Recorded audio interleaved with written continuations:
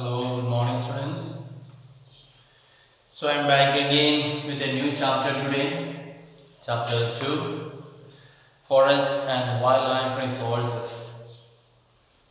I am sure this is a very familiar topic for us and it will be also a very interesting topic because this is very important resource for us, the forest and wildlife. So we may not be directly getting benefit of these resources, but indirectly we are all depending on forest and the wildlife. And this is the resource that is keeping the balance of the nature. Every creature, every plant that is important to keep the balance of the nature. So if you start destroying one species, then the imbalance is created. So let us see how important they are, or our activities, how are they affected the growth or the sustenance of this species, both flora and fauna. So you can take lesson number 2, page number 14.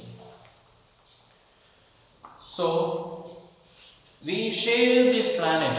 We know this earth is not just meant for human beings alone. It is meant for everyone, all the living beings, maybe animals, plants, human beings. So it is meant for everyone. We are only just one component in this biosphere. We are not the entire owner, but we are only just one component. So we are sharing it with others.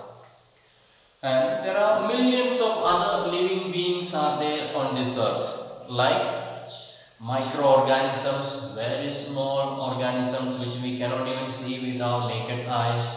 Then bacteria are there, lichens are there. What is the lichen? Small, ordinary, living plants on the rock and so on. You might have seen the stones in the river may have a green cover on top. So such kind of small plants. Then banyan trees, which are very huge. So starting with such a small plant which is growing on the rock and to huge banyan trees. Then elephants, animals like elephants, blue whales and so on. So there are small microorganisms are there, huge trees are there, and huge animals like elephant and blue whales are there. So they are all part of this earth and we are sharing the earth with each one of them. Then this entire habitat we live, it has an enormous biodiversity. So the habitat, the earth is our habitat. Our habitat, animals habitat, the trees or the plants habitat, the fish and other everyone's habitat. The earth is the habitat of everyone, the shelter place of everyone.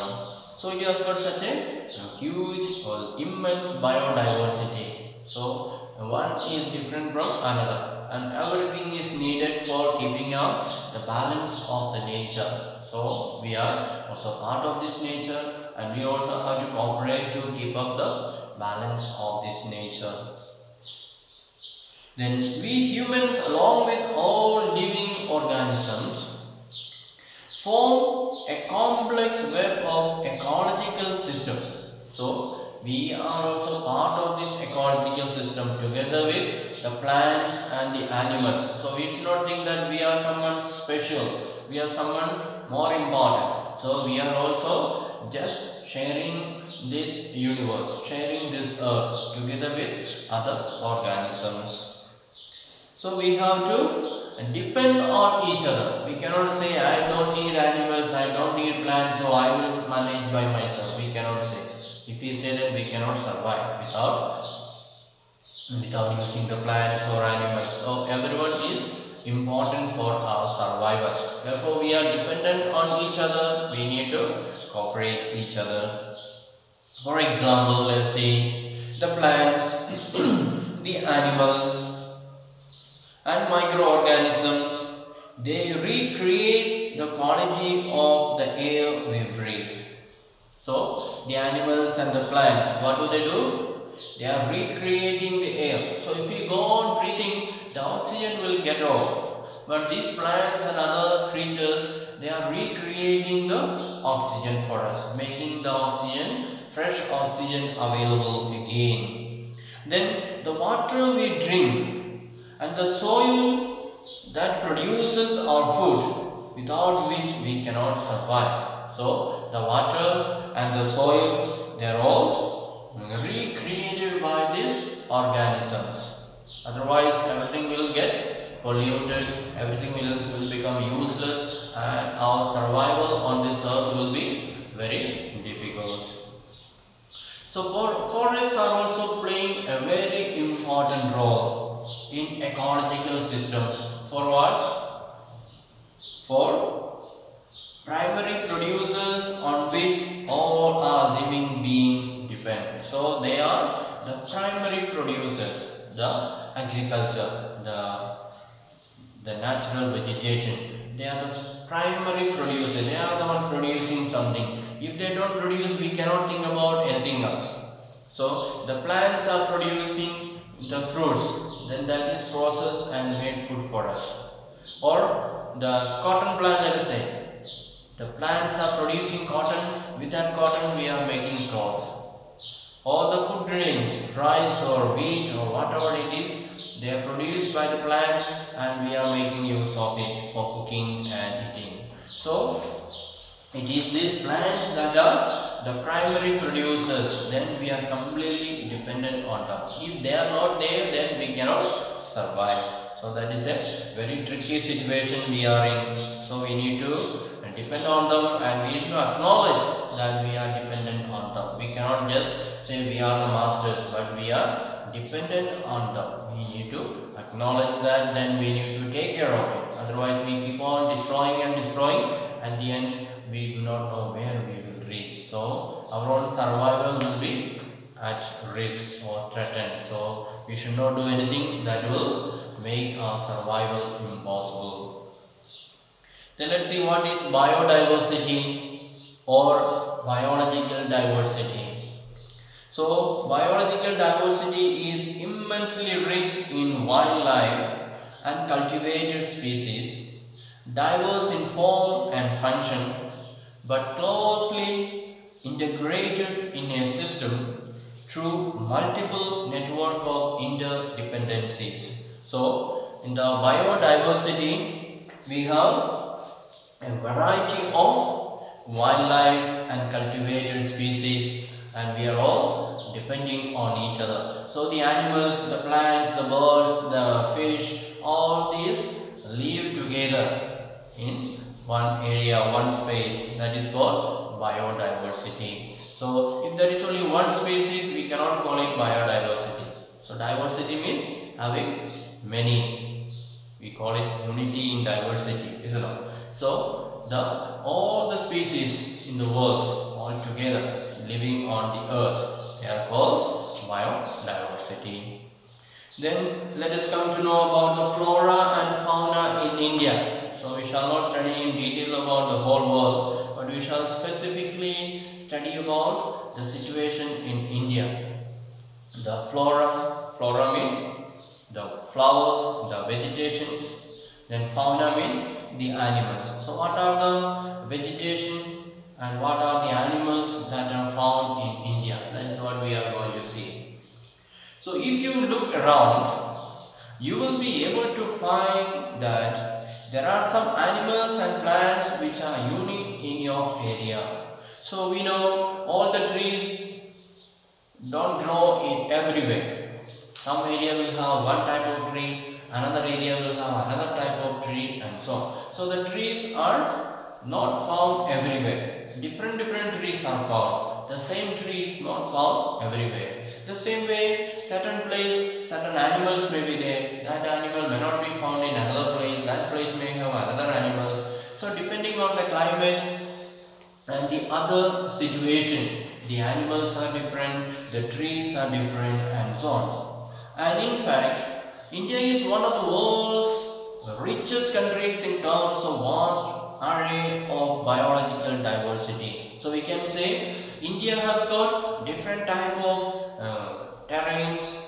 Some valleys are there, hills are there, plain areas are there, snow or cool areas are there, or hot areas are there. So variety of climate is experienced throughout the country, and some places valley, some places hill, some places forest, and so we can say, comparing to other countries in the world, India has got one of the best biodiversity in the world. We have variety of animals, plants, land, and so on. Because of that, we can say India has got the richest biodiversity in the world. Then we can say India has 8% of the total number of species in the world.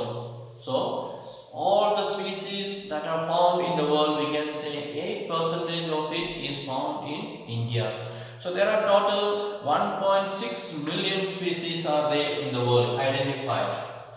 1.6 million species are there, and out of this 8% is found in India. So out of this 1.6 million species, that is animals, plants, everybody together, putting together 1.6 million species are there, and out of this 1 million species, 8% you will find in India. So that is a great thing for India. And this is possibly twice or thrice the number yet to be discovered. So we have not found out all the species in the world. Only this much is identified. There may be much more growing in different corners of the world. We cannot identify every creature, every plant that is growing. So what we have identified is this much. And you have already studied in detail about the extent and variety of forests and wildlife resources in India. So we have already studied in our classes about different variety of features, different variety of wildlife resources in India, the different type of animals, the different type of plants that are grown in India. And you may have realized the importance of these resources, in your daily life. So how important are they in our daily life? Most of the things that we are using, it is coming from trees, plants, or animals. For example, the books that we use, the paper is made from bamboo and other softwood. The pen that we are using, the desk and bench where you are sitting, all these are coming from different natural resources, and so it is all very important for us. So if these things were not there, we would not have been sitting here and studying or learning. So we will be deprived of all these things. You would have to sit down on the floor to write. There is no pen and pencil, means you have to use some other methods, like olden times they used to use a stick, dip in the ink and write. So you can imagine how much struggle they might have taken. So even that stick or ink is coming from different species. So ultimately all that we use is coming from different species on the earth. And the diverse flora and fauna are so well integrated in our daily life that we take these for granted. So we see them every day. The flora, the fauna, we see them every day. And so we do not recognize the importance of it. We don't feel that anything is special. We see every day so many trees around standing, or we see so many types of animals. And so we think, oh, this just like normal, nothing special. That is what we are thinking. So we should not have such a kind of attitude. We should think every species is very important. We should take care of them. We should make sure that nothing is destroyed, nothing is lost. Then only we are really making the biodiversity, making the universe richer by our own small deeds. But lately, they are under great stress, mainly due to insensitivity to our environment. So in olden times, we were not taking care of it at all because a lot of things were available, lot of animals, lot of plants were available. But nowadays, we find these items are becoming less, these species are becoming less, mainly because of human interference and so on. So that is a great thing that we have to ponder about it, that our little actions which we think are not very important is causing the destruction of different species in the world. So that is a great danger and we need to take care of it. And let's see little general knowledge is there. Over 81,000 species of fauna and 47,000 species of flora are found in this country so far. So in our country, approximately we can say 81 species of fauna. 81 species of fauna are 81 species of fauna. Then 47,000 of flora are identified in our country. So there may be much more, we are not able to identify everything, but so far 81 species of fauna, the animal, and 47,000 of flora, plants have been identified. And about 15,000 flowering species are endemic to India. So among these 47,000 flora, 15,000 of them are endemic to India. That means they are indigenous to India. They are found only in India. 15,000 flora is not found other place. It's not found in other countries. They are found only in India. So that is a great thing. So altogether India has got 47 species of flora, but 15,000 is found only in India. Others we will find in other countries as well. Then some estimates suggest that at least 10% of India's recorded wild flora and 20% of its mammals are on the threatened list. So a dangerous thing to hear, a very unpleasant thing to hear, that is 10% of India's flora. So we have 47 are there and 10% of it is under threat. They are almost getting extinguished, they are almost getting disappeared. And 10% and 20% of mammals. So here 10% and here it is 20%. So they are on the verge of extinct. They are disappearing because of our human activities, because of killing them, and so they are almost disappearing. So after some time they will be only in records. We will say such and such animals live here, and they will keep the photo and so in the museum and so on. So only there we will be able to see. We will not be able to see them directly because they are no more. They are just struggling to survive. Only very few species are left, and so soon they also may become extinct, and afterwards we will not be able to see them anymore. That is a very sad thing for us, that we are depriving the earth of these different species of animals and flora. And many of these would now be categorized as critical. So since they are disappearing or the number has become very less, they are called critical. They are reached critical stage, very difficult to survive from there. And that is on the verge of extinction, like the cheetah. So some of the animals that are on the verge of extinction is cheetah, pink-headed duck, the duck having a head with a pink color. Then mountain quail, the quail that is found in the mountains. Then forest spotted owlet, Now owlet, that is having forest spotted. Then plants like Maduka and insignis, that is a wild variety of mahua, and Habardia and Hepneo nuer, that is a species of grass. So all these are few examples of the species that are getting extinct from the earth. Which are they? Some of them are cheetah, another one is pink-headed duck, another one is mountain quail, another one is forest spotted owlet.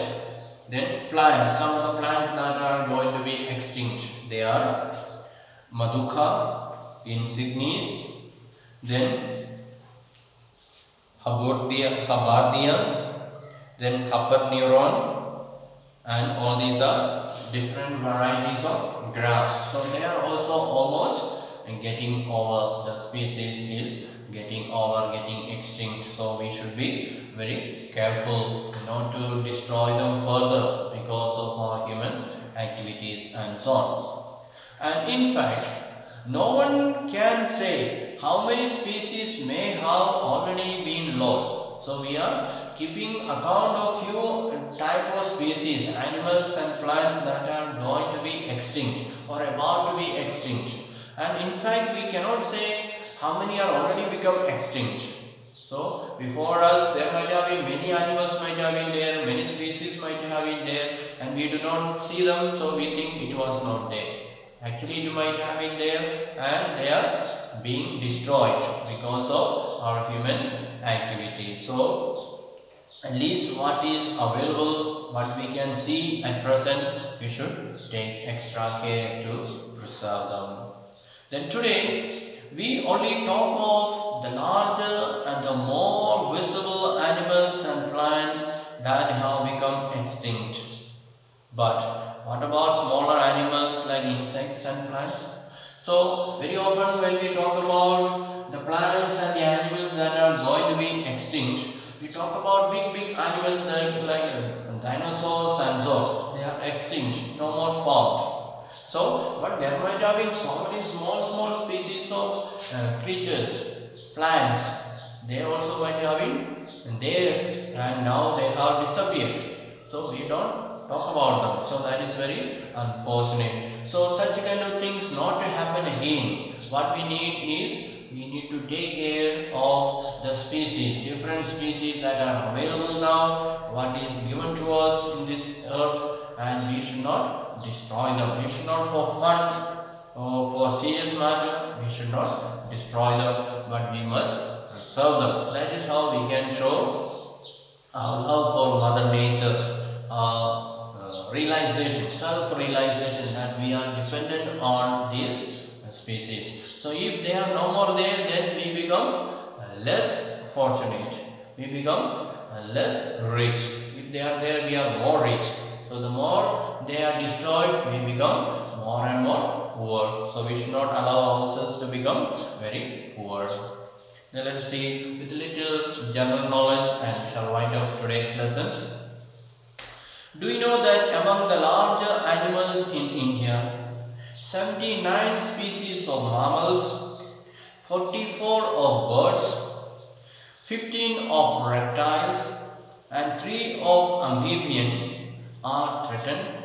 So today we have so many species are there, 81 species of fauna and 47 species of flora. So out of these, some of them are threatened already.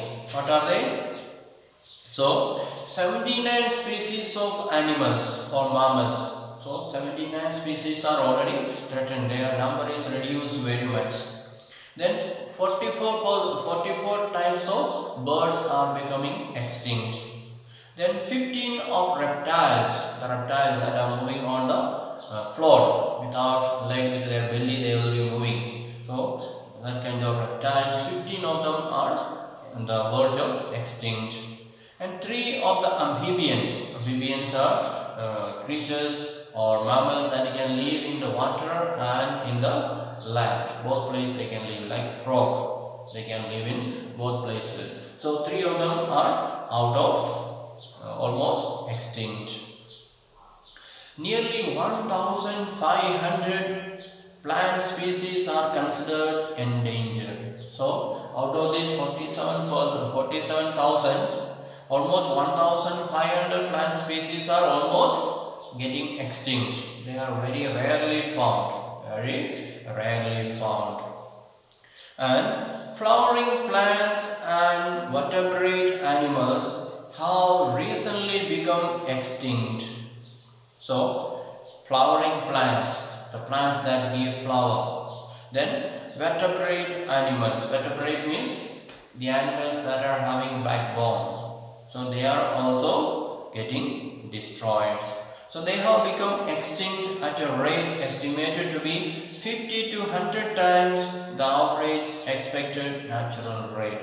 So, it is possible that natural destruction may be there. Some species may get destroyed by nature itself. But the present time, if you look at the number of animals, the number of flowers and plants getting destroyed, we will realize the speed of destruction is much faster than the natural rate.